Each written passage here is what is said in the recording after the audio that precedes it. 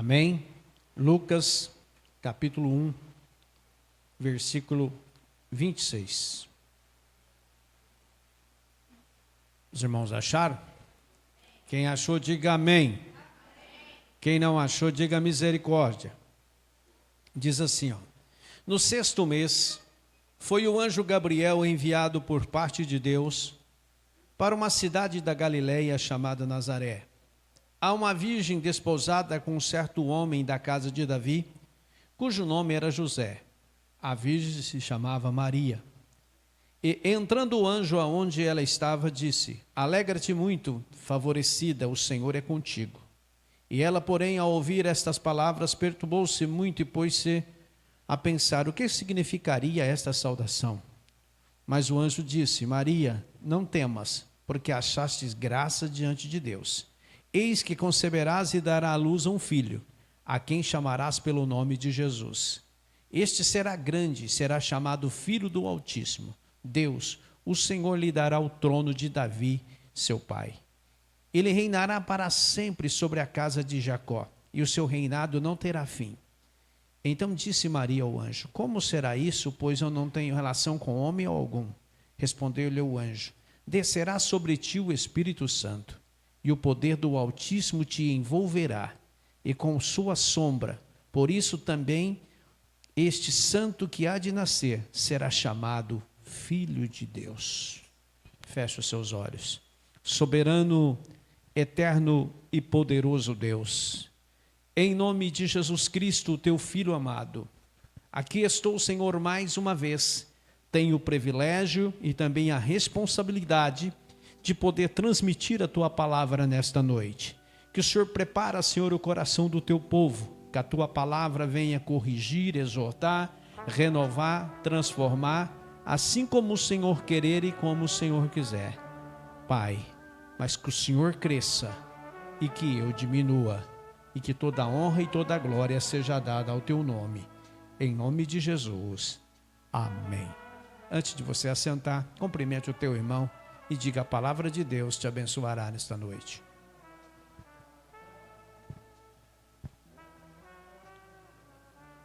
Hoje nós temos a ausência de alguns irmãos, porque pegamos aí um toró no caminho para chegar até Ibiporanga. Então, muitos teve dificuldade para vir. Mas nós aqui estamos em nome de Jesus. O culto também está sendo transmitido de forma online aí pelo YouTube. Você que quer assistir os cultos depois na sua casa, todos os cultos transmitidos está gravado lá no YouTube, Reverendo Celso Domingos. Você vai entrar lá, você vai escolher o culto que você quiser, a mensagem, né? Tá tudo lá para você assistir no aconchego do seu lar. Só que, porém, quero dizer para você, esse culto que está lá, ele é uma comida requentada, gostosa, é feita na hora, aqui. Amém? Glória a Deus. Amados, nós estamos vivendo em um momento da era cristã em que cujas pessoas elas têm se preocupado muito com elas mesmas e têm esquecido de um grande detalhe: a alma. Se preocupam muito com o corpo, com a beleza do corpo, com a aparência, com o saldo bancário, com os diplomas, com os bens. E muitas vezes a pessoa está cheia de riqueza, só que a alma está vazia. Eu conto um testemunho e eu volto a repetir ele. Eu não tenho vergonha de repetir esse testemunho, pois marcou muito na minha vida. Ele não foi comigo, mas eu acompanhava um pastor. Um pastor que eu era auxiliar dele em Tanabi. Ele perguntou para mim: o que você vai fazer sábado à tarde? Eu disse: jogar bola. Ele falou assim: não, você vai jogar bola não, nós vamos fazer uma visita. Falei: amém, então vamos. E nós fomos em uma das melhores casas de Tanabi na época. Um grande empresário. Chegando lá, tocou a campainha, a funcionária da casa veio atender. Quando ela viu que era o pastor, ela abriu aquele sorriso e falou: ô pastor, seja bem-vindo, a fulana vai ficar muito contente do senhor aqui, porque tinha sido ela que tinha ido atrás do pastor para para convidá-lo, porque naquela época não tinha celular, né? Então, como o pastor não tinha telefone, então ela foi lá bater palma. O senhor não vai lá na casa de fulano, tal? Aí ela colocou nós numa sala e ela diz assim, ó, fica à vontade, eu vou chamar a dona da casa. Aí o pastor, que tinha um conhecimento, eu não tinha nada, só entendia de bola, e alguma coisa a mais aí, né? Passava necessidade. Ele disse para mim assim, ó, esse tapete aqui, ó, o dinheiro desse tapete aqui dá para comprar muita coisa. Aí ele olhou num quadro e falou assim, ó, aquele quadro ali, o dinheiro daquele quadro ali compra um carro. Ele virou e falou assim, o dinheiro daquele outro quadro ali compra uma casa. E eu ficava só olhando, falando assim, mas para mim é tudo rabisco isso daí, né? Mas não questionei. De repente a dona da casa veio. E ela disse assim, antes de nós começarmos a conversar, eu gostaria que o senhor conhecesse a minha casa. Amados, não é a casa, é a casa. Não é os móveis, é os móveis. Certo? Ela abriu, tinha na casa delas, tinha aquelas geladeiras que dependendo muito dos mercados, não tinha o que tinha ali. E ela mostrou, falou assim, ó pastor, ó, aqui tem a fartura. Abriu a adega, mostrou tudo que tinha. Aí depois ela foi numa outra geladeira, abriu e falou assim, ó, e aqui tem canja, canja e canja. Aí ela sentou e disse para nós assim, pastor, eu tenho dinheiro para comprar qualquer propriedade nesse município. Qualquer uma. Eu tenho dinheiro também para passar o resto das minhas vidas em qualquer país que eu quiser. Só que o meu dinheiro não compra a minha saúde. O médico me deu 3 meses de vida. Tudo isso que o senhor viu aqui, eu não posso comer. A minha comida é daquela geladeira que eu mostrei lá. E ainda passo mal. Pois é, irmãos. Muitas vezes os homens pisam nos outros para tentar ganhar dinheiro. Só que eles esquecem que o mais importante de tudo é Deus na vida. O mais importante é a saúde, o mais importante é Deus. Porque buscai primeiro o reino de Deus e a sua justiça, as demais coisas vos serão acrescentadas. O dinheiro é bom? É, mas com Deus. A fartura é boa? É, com Deus. Nesta noite nós queremos meditar num detalhe. Para concluir um projeto de Deus que começou lá no Getsemane, quando Deus criou o homem, Ele não fez o homem para que o homem trabalhasse. Ele fez o homem para que o homem adorasse Ele. Ao ponto que todas as tardes ele ia no Éden e ali ele conversava com o homem. Ele perguntava e eu fico imaginando ele se apresentando e perguntando para Adão, e aí Adão, como é que foi o teu dia? Depois que eu fui embora ontem, como é que você fez? Como é que você está? Você está entendendo? E Adão, ah Senhor, ele disse para Adão, Adão, olha, você vai ficar ali e todas as criações que eu criei vai passar na tua frente e você vai dar o nome.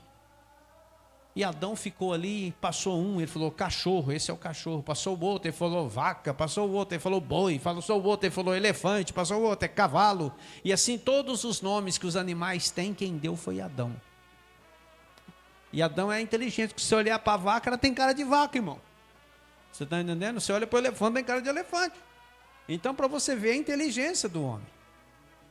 Só que o projeto de Deus, a obra-prima de Deus foi semelhante a um pintor que ele desenha o quadro e de repente quando ele vai pegar um lápis para arrumar algum detalhe, vem alguém com uma mão cheia de graxa e bate naquele quadro e esfrega. Assim aconteceu. Satanás vendo, ele estava no céu, até então ele não era Satanás, era um anjo de luz. A Bíblia diz que sobre as mais preciosas pedras ele habitava, ele era um regente coral de Deus. E acontece que, ao ver Deus com todo aquele entusiasmo, ele começou a dizer, ó, Deus está ficando maluco. E ele formou uma rebelião no céu e ele foi expulso. E ele veio e entrou no homem. E entrou o pecado no homem. E para resgatar o homem, após o acerto de conta entre Deus e eles, O Senhor disse para o homem: com o suor do teu rosto comerás o teu pão de cada dia. Diz para a mulher: multiplicarei tuas dores de parto. E disse para Satanás: e da semente da mulher colocarei uma inimizade entre você e a mulher, e da semente da mulher nascerá um que pisará na sua cabeça. E aí começou uma batalha, irmãos. E a batalha existe até hoje na face da terra. Duas forças poderosas, o bem e o mal. E essas duas forças poderosas começaram a se confrontar.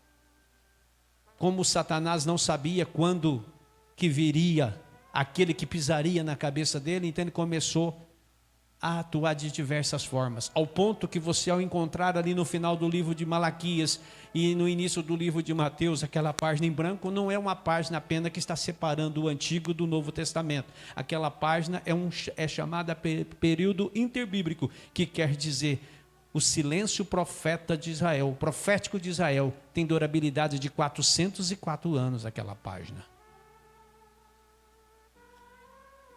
Aí Deus precisava. Tentou se aproximar do homem de diversas formas, mas não teve forma, não teve jeito. Aí então venha cá comigo. Ele poderia, a descendência, a profecia seria que ele viria da família de Davi, descendente da família de Davi. Só que da descendência real de Davi, ele não veio da descendência rica, ele veio da descendência pobre. Ele veio lá de Raabe. Só que se ele fosse olhar as aparências, se o nosso Deus olhasse as aparências como o homem olha, ele não teria escolhido Maria, ele teria escolhido Salomé, que era a mulher mais bonita da Palestina na época. Ou Maria Madalena, que depois de Salomé era Maria Madalena. Mas por que Salomé, além de bonita, segundo a história, rica? Mas ele não olha a aparência. Muitas vezes você chega em determinado lugar, as pessoas medem você de baixo em cima e de cima embaixo. Porque eles olham a tua aparência, só que Deus olha o coração. E lá do alto céus, ele começa a procurar uma mulher para poder concretizar o projeto dele. E aonde ele encontra? No Centro Cultural de Jerusalém? Não. Em Belém? Não. Em Cafarnaum? Não. Em Nazaré? Nazaré era tão desprezada que quando anunciaram para Felipe, para Natanael, que Felipe anunciou para Natanael que havia achado o Cristo, e ele perguntou quem é ele. Ele falou: é filho de José, o carpinteiro de Nazaré. Ele disse assim: de Nazaré? Pode vir alguma coisa boa de Nazaré? Por quê? Porque Nazaré ficava na Galileia. E a Galileia era a parte mais pobre da Palestina. É onde estavam as tropas romanas, ficavam os treinamentos ali. A classe mais baixa social da Palestina na época ficava ali na Galileia, na cidade de Nazaré. Ao ponto que teve uma vez que Herodes que ia doar essa terra para um outro rei, e o rei disse, olhou e falou assim: não quero isso não. Mas lá ele encontrou uma judia, por nome de Maria. O nome de Maria, na verdade, ela tem uma origem egípcia. Porque no grego, esse nome de Maria quer dizer Miriam. E no egípcio quer dizer Mary. Só que no aramaico, Maria. E lá na pequena e pacata cidade de Nazaré, ele envia o anjo Gabriel. Maria, desposada com um varão chamado José. Naquela época, quando as pessoas iam se casar, o judeu ia casar, ele deveria ter condições para tirar a filha da casa do pai, e teria que ter condições de dar o que ela tinha e algo mais. Então ele ia preparar lugar para depois vir buscar ela. E ela estava ali, desposada com um varão chamado José. O anjo apresenta e disse: Maria, salve agraciada, o Senhor é contigo. E quando ela ouviu essa saudação, ela assustou, nós lemos aqui. E ele disse: você dará à luz um filho. Ela disse: como pode isso? Meu noivo foi preparar lugar, ele não está nem aqui. Ele disse: descerá sobre ti o Espírito Santo. Agora acompanha comigo um raciocínio. Olha, mas Maria teve uma sorte, hein? Amém, ela foi escolhida. Mas vocês acham que ela enfrentou prova ou não? Enfrentou. Por quê? Num país conservador. Você imagina quando ela apareceu grávida? Você acha que a família inteira aceitou? Segundo os historiadores, a maioria virou as costas. Quem acreditou nela foi o pai e a mãe. Você imagina numa pequena cidade, né? Ibiporanga não tem, Ibiporanga é pequeno, mas Ibiporanga não tem essas coisas, que fofoca, aqui não tem. Mas lá em Nazaré tinha. Aqui não tem, né? Ibiporanga tem fofoqueiro aqui em Ibiporanga, o Everson? Não tem, né? O Everson está falando que não tem. Está entendendo? Então, aqui não tem, mas lá tinha. Você imagina quando ela saiu na rua, um olhou para o outro e falou assim: ó, que depravada. O marido dela está trabalhando longe. Aí. Ó. Ou você acha que não? Você acha que o fofoqueiro é só hoje? Que tem. Prova é que na história do filho pródigo já apareceu um que chegou para o filho mais velho e falou assim: ó, é o teu irmão que voltou e teu pai recebeu com um banquete. Certo? Agora chega José para buscar a noiva. Encontra ela grávida. Você, homem que está aqui, você fosse José, morando em Israel, homem conservador, que ralou para poder vir buscar a esposa. Você chega e olha, aí você pergunta para ela: o que aconteceu? Ela fala assim: é do Espírito Santo. Para começar, hoje se falar Espírito Santo, todo mundo sabe que é a terceira pessoa da Trindade, mas naquela época não sabia, porque ele não tinha vindo, ele estava no céu ainda. Só que como ele amava muito Maria, ele diz assim: olha, eu vou abandonar ela, vou vazar, vou largar ela aí e ninguém vai ficar sabendo. Só que a hora que ele foi dormir, o anjo apareceu para ele em sonho e disse: José, não temas em receber Maria como tua esposa, porque o que nela está sendo gerado é fruto do Espírito Santo, porque o teu filho será grande, será chamado Filho do Deus Altíssimo. E o nome dele será Emanuel. José carçou a cara e falou assim: se é filho de Deus, não importa o que esse povo vai falar, e eu vou fazer o que Deus está mandando. Chegou lá, nós vamos casar. Agora você imagina José chegando no boteco, na mercearia, passando na frente para comprar alguma coisa, um olhava para o outro e falava assim: ó o trouxa aí, ó. Quando ele estava viajando, a mulher dele arrumou outro, e ele voltou, ainda, além de assumir a mulher, está assumindo o filho de outro. Mas isso eu acho que eles não falavam, porque eu fico pensando: tinha fofoqueiro? O que vocês acham? Tinha ou não tinha? Tinha.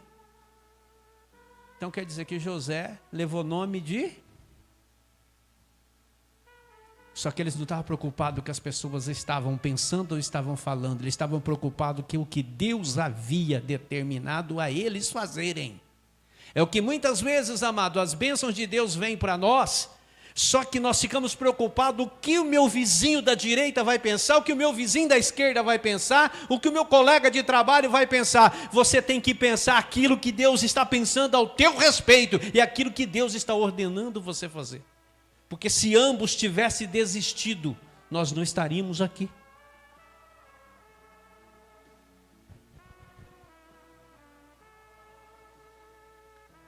nasceu.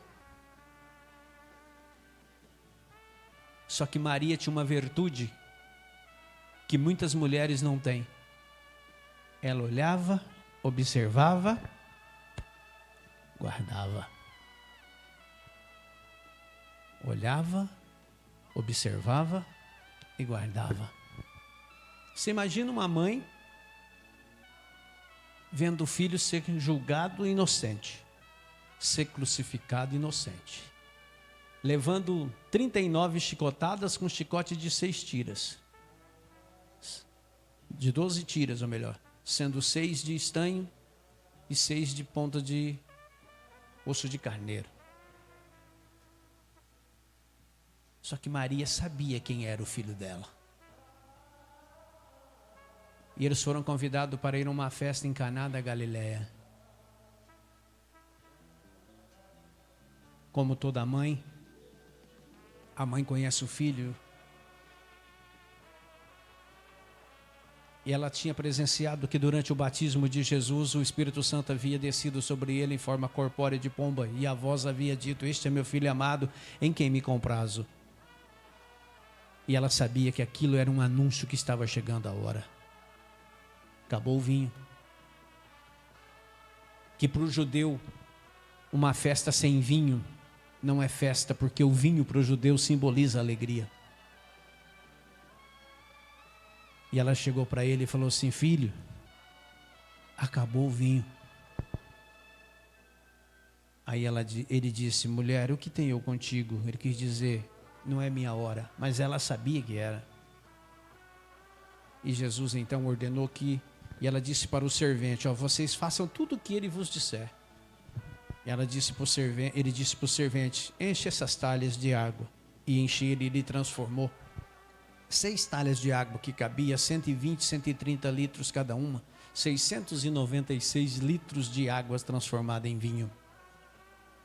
Quero resumir para você. Pastor, o senhor adora Maria? Não, eu admiro. Porque entre todas as mulheres do mundo e da época, ela foi escolhida para ser a mãe do Salvador. Como hoje é o Dia Internacional da Mulher, a maior referência bíblica de mulher que eu posso apresentar para você é ela, a mãe do Salvador. Ela foi escolhida entre todas as mulheres da terra da época para ser a mãe do Salvador.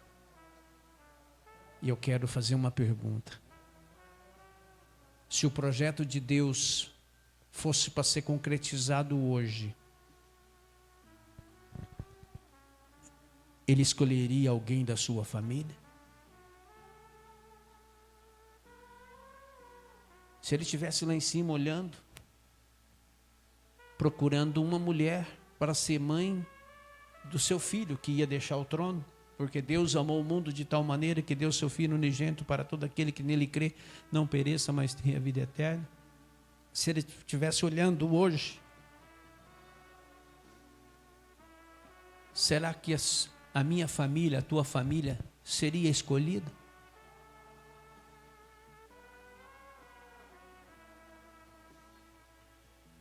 Se a família de Maria foi escolhida, e se Maria foi escolhida, porque apesar de toda a escassez que eles enfrentavam, de toda a luta e desprezo que eles passavam, eles eram fiel a Ele.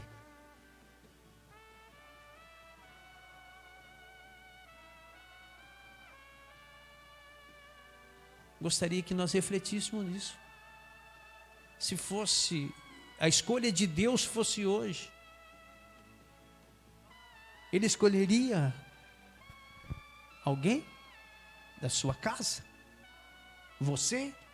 Ele poderia contar?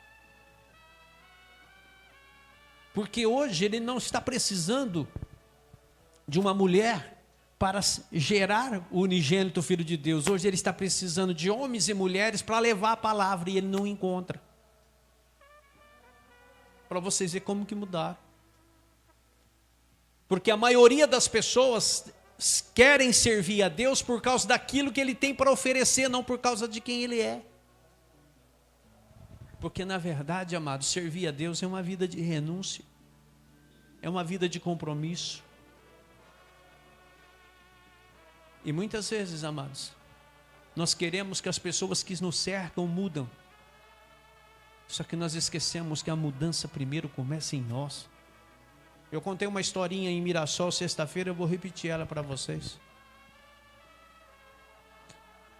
Havia um homem que estava desanimado com a sua família. E por causa desse desânimo que ele tinha, ele se começou a embriagar. Ele saía do trabalho, ao invés de ir para casa, ele ia para o boteco. E chegava no boteco, ele enchia a cara. Ao ponto que ele ia embora para casa carregado. E um amigo dele, observando aquilo, um dia chegou para o dono do bar e falou assim: gente, eu não sei o que está acontecendo com... Vamos pôr o nome dele de São João. Com o São João. É um homem trabalhador. Não perde um dia de trabalho. Só que ele chega, ao invés de ir para casa, ele vem para cá, ele bebe e vai para casa embriagado. Aí eles disseram: amanhã, a hora que ele chegar, antes dele tomar a primeira dose, vamos questionar ele e perguntar por que ele está fazendo isso. E quando ele chegou, eles sentaram os dois do lado dele e disseram: Sr. João, diz uma coisa para nós estamos observando que de um tempo para cá o senhor não é mais aquele que o senhor era. O senhor é um homem alegre, divertido. Agora hoje o senhor está se invernando na cachaça. O senhor está chegando na casa do senhor embriagado. O senhor vai porque a gente leva. O que está acontecendo? Ele falou assim: tem um problema que está acontecendo, é que eu tenho até vergonha de contar. Aí eles disseram: nós podemos te ajudar. Eu creio que vocês não podem, mas conta para nós. Aí ele disse: olha, a minha casa é um inferno.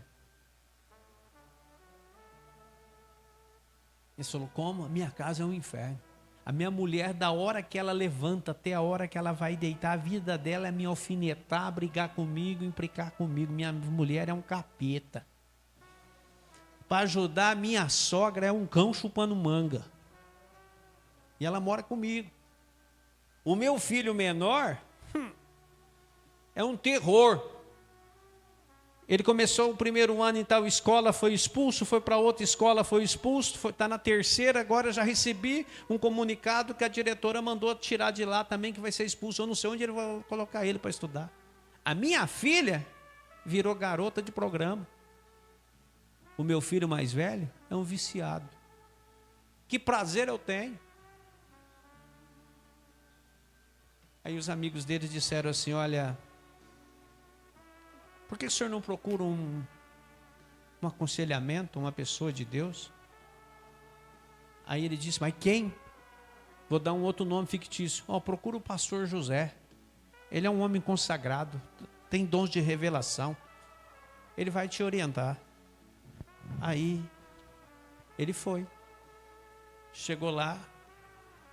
O pastor disse para ele: o que te trouxe aqui? Ele disse assim: olha, o que me trouxe aqui foi isso. E relatou para ele: a minha esposa é assim, meu filho é assim, minha filha é assim, minha sogra é assim. Aí o pastor olhou para ele e falou assim: mas o teu problema é fácil de resolver.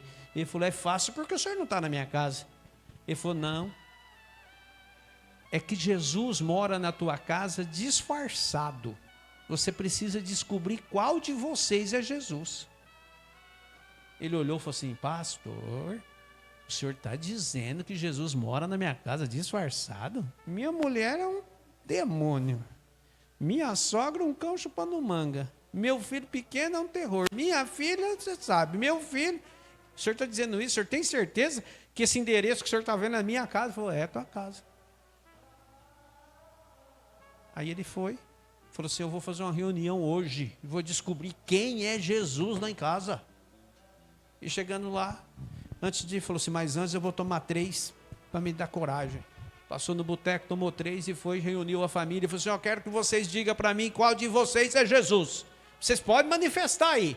Não quero saber quem é Jesus, quem é Jesus, quem é Jesus. Aí um olhou para o outro e falou: o pai ficou louco. Hoje ele não bebeu, mas ele está louco. Aí, quem é Jesus? Ninguém falou nada. Ele voltou no pastor e falou: pastor, eu reuni eles ontem, ninguém é Jesus lá em casa não. O senhor errou. Ele falou: não errei, Jesus está dentro da tua casa, disfarçado. Ele falou: mas o que eu faço? Ele falou: não, você precisa descobrir. Ele falou assim: mas hoje então eu vou descobrir. Hoje eu não vou beber nada. Aí ele chegou bem sóbrio, reuniu a família e falou assim: olha, o negócio é o seguinte, eu procurei um homem de Deus, Ele disse que um de vocês é Jesus. Então eu gostaria que vocês se manifestassem. E quem é Jesus? Aí o menino mais novo pegou e falou assim: pai, é a avó. Aí ele falou assim: essa véia rabugenta? Você acha que essa véia rabugenta é Jesus? Aí ela falou assim: não, deve ser você, cachaceiro. Aí a filha falou assim: ah, é a mãe. Ele falou assim: a tua mãe, que só vive reclamando, é Jesus? Mas de jeito nenhum. Aí o irmão mais velho falou assim: então é você. Aí o outro pequeno falou assim: não é ela não, ela tem 20 namorados, como é que Jesus é ela? Aí ele falou: não, então é você, viciado. Aí ele voltou no pastor: pastor, ó, fui fazer a reunião lá, deu um brigueiro, pastor. E ninguém, Jesus não está lá não. Ele falou assim: ó, faz o seguinte então. Começa a tratar um ou outro bem, que vocês vão descobrir qual de vocês é Jesus. Aí no outro dia cedo ele levantou, fez um café bem bom, levou lá no quarto da sogra e falou assim: ó, sogrinha, trouxe o café para você. Ela falou assim: você colocou veneno, né, desgraçado? Ela falou assim: não. Aí ela viu, aí eu mudei. Ela viu que ele mudou, ela começou a tratar ele melhor. A esposa viu, começou a tratar ele melhor. E assim sucessivamente. O resultado, 30 dias depois, a família estava toda na igreja. Sabe por quê? Não é que Jesus estava disfarçado. Jesus estava batendo na porta, dizendo: eis que estou à porta e bato. Se alguém ouvir a minha voz e abrir a porta, entrarei na sua casa, cearei com ele e ele comigo.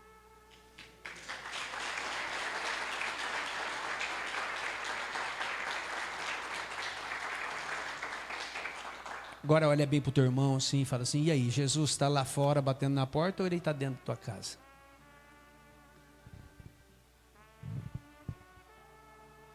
Eu creio que ele deve estar dentro da sua casa. E se ele está dentro da tua casa, tem que ter paz, tem que ter alegria. Porque Jesus Cristo, ele permanece onde ele é bem tratado. Jesus não gosta de palavrão. A casa que tem palavrão não tem ele. Jesus não gosta de músicas profanas. Onde tem também não tem ele. Jesus gosta que você o adore em um espírito. E é verdade. Fique de pé.